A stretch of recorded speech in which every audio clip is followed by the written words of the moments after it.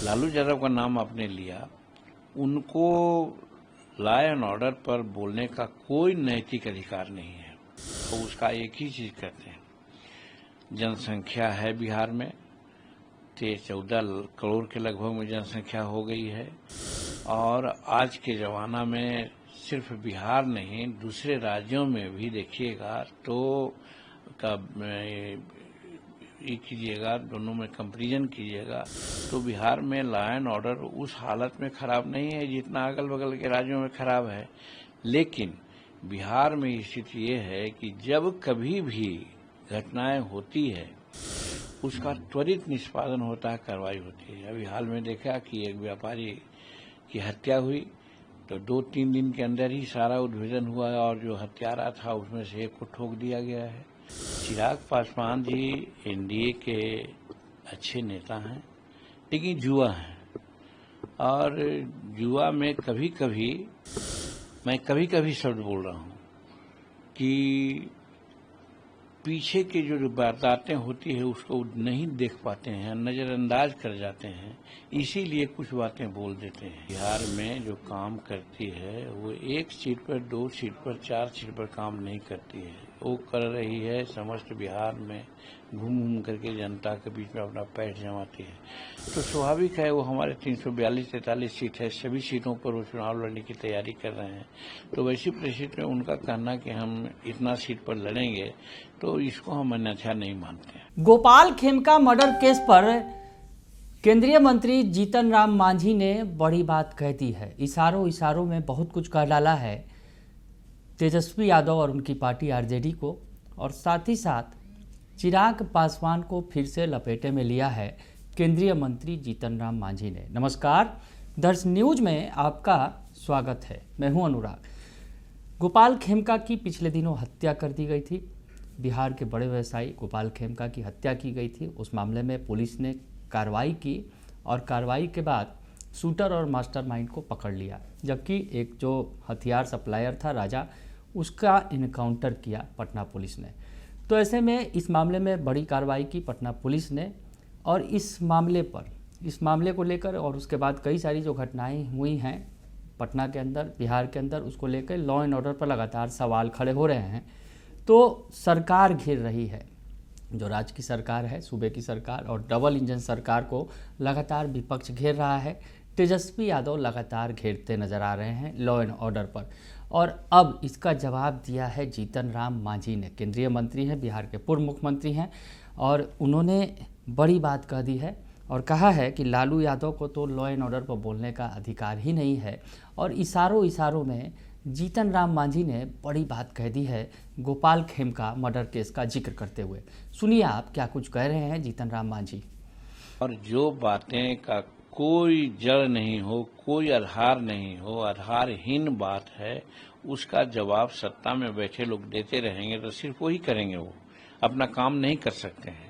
तो नीतीश कुमार विकास पुरुष हैं, बिहार का काम देख रहे हैं 20 वर्षों से वो इसी समय अगर लगे रहेंगे तो उनका समय जया होगा। रही बात लालू यादव का नाम आपने लिया, उनको लॉ एंड ऑर्डर पर बोलने का कोई नैतिक अधिकार नहीं है, और उसका एक ही चीज कहते हैं, जनसंख्या है बिहार में 13-14 करोड़ के लगभग में जनसंख्या हो गई है, और आज के जमाना में सिर्फ बिहार नहीं दूसरे राज्यों में भी देखिएगा तो ये कीजिएगा, दोनों में कंपैरिजन कीजिएगा तो बिहार में लॉ एंड ऑर्डर उस हालत में खराब नहीं है जितना अगल बगल के राज्यों में खराब है।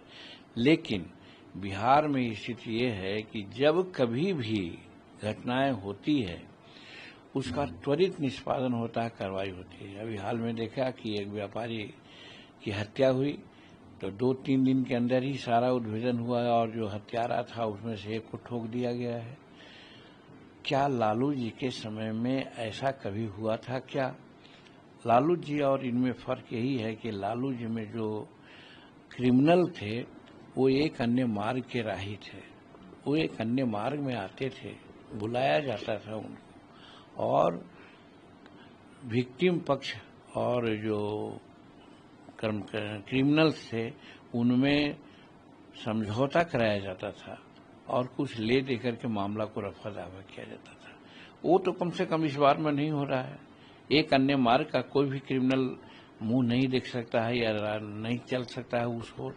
तो ये भी सोचने का चीज है कि जब सत्ता संवेदनशील है, वैसी परिस्थिति में वहां पर अगर क्राइम हो रहा हो तो क्राइम को दूर करने के लिए, क्राइम को मिटाने के लिए जो प्रयास हो रहे हैं वो बहुत अच्छा प्रयास हो रहे हैं, जिसका नतीजा अभी हाल में देखा कि अब बिहार के लोग अब सोचने लग गए, प्रशासक लोग, कि अब काम नहीं चलेगा।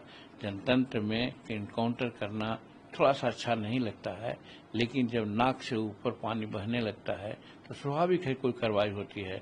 और उसी सिलसिले में आज नीतीश जी की सरकार ने देखा कि वर्तमान में जो व्यापारी का हत्या हुई और ऐसा लगा कि साहब दिन दहाड़े उस प्रकार की बात कर दी गई, तो अब रुकना नहीं है। और यही कारण है कि एक अपराधी को ठोका गया और जो वाकई अपराधी हैं वो जेल के शिकंजा में हैं। और इसमें एक बात और है कि यहाँ पर लगता है कि जो आज इतनी घटनाएं घट रही है वो कहीं न कहीं राजनीति प्रयोजित भी नजर आती है। आज से 6 महीना पहले क्यों नहीं ऐसा होता था? साल भर पहले क्यों नहीं हो रहा था? जब चुनाव नजदीक आया तो देख रहे हैं कि हर जगह कुछ न कुछ घटनाएं हो रही है। और उसमें हम नाम नहीं कहना चाहेंगे, पार्टी का नाम चाहे जात का नाम, लेकिन आप समझ सकते हैं कि मेन शूटर वहां पर कौन था।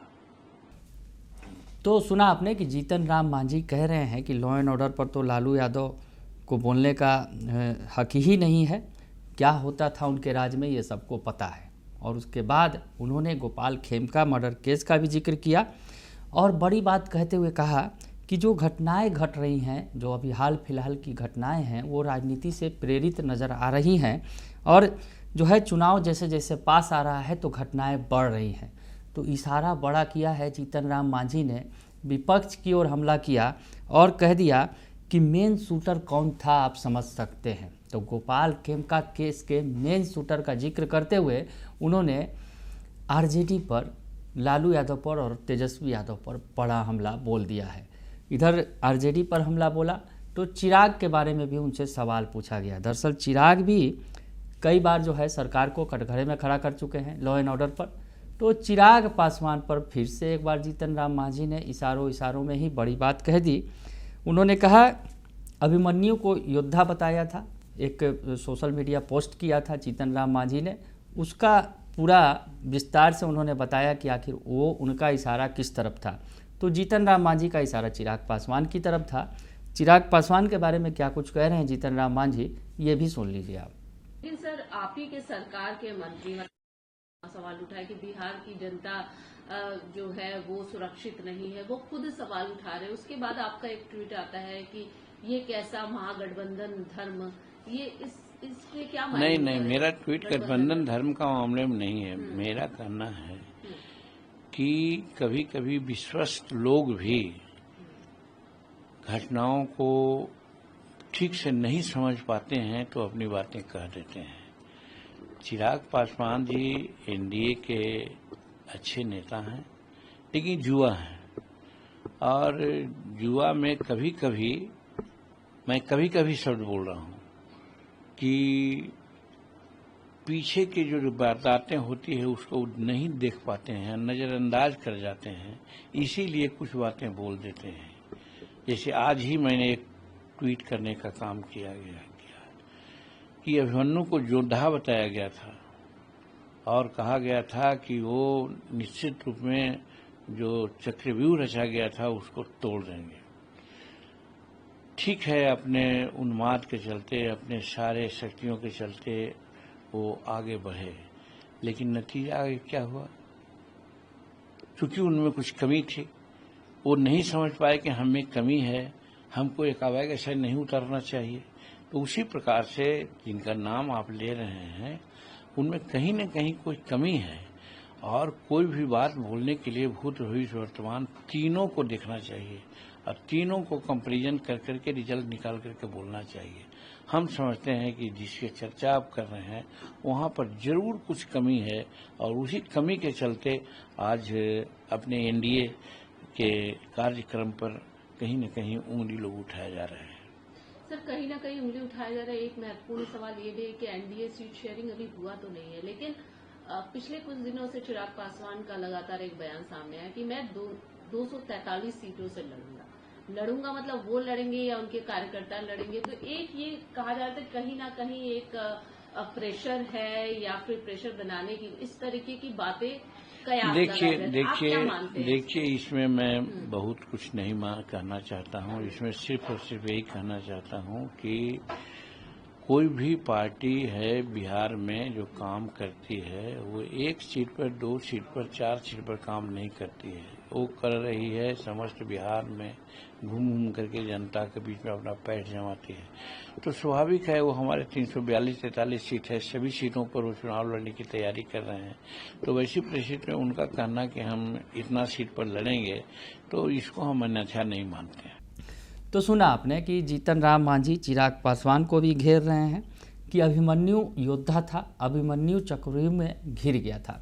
तो ऐसे में अभिमन्यु का क्या हाल हुआ, जो वो भी जो है उस पर इशारा कर रहे हैं जीतन राम मांझी। दरअसल एक पोस्ट किया गया चिराग पासवान की पार्टी की तरफ से, जो उनके जीजा जी हैं, जमुई के सांसद हैं, उन्होंने पोस्ट किया, अरुण भारती ने। तो ऐसे में उसका जवाब जीतन राम मांझी ने दिया और बताया कि अभिमन्यु के साथ क्या कुछ हुआ था। वो योद्धा ज़रूर था, लेकिन जो है वो उसके पीछे की जो वारदात थी, उसके साथ जो कुछ हुआ वो नहीं दिख रहा है। तो चिराग पासवान को फिर से एक बार लपेटे में लिया। तो जीतन राम मांझी जहां तेजस्वी यादव के आरजेडी को कटघरे में खड़ा करते नजर आ रहे हैं, तो दूसरी तरफ चिराग पासवान को भी नहीं बख्श रहे हैं। बने रहिए दर्शन न्यूज के साथ, तमाम खबरों से आपको अपडेट रखेंगे। फिलहाल के लिए इतना ही, धन्यवाद।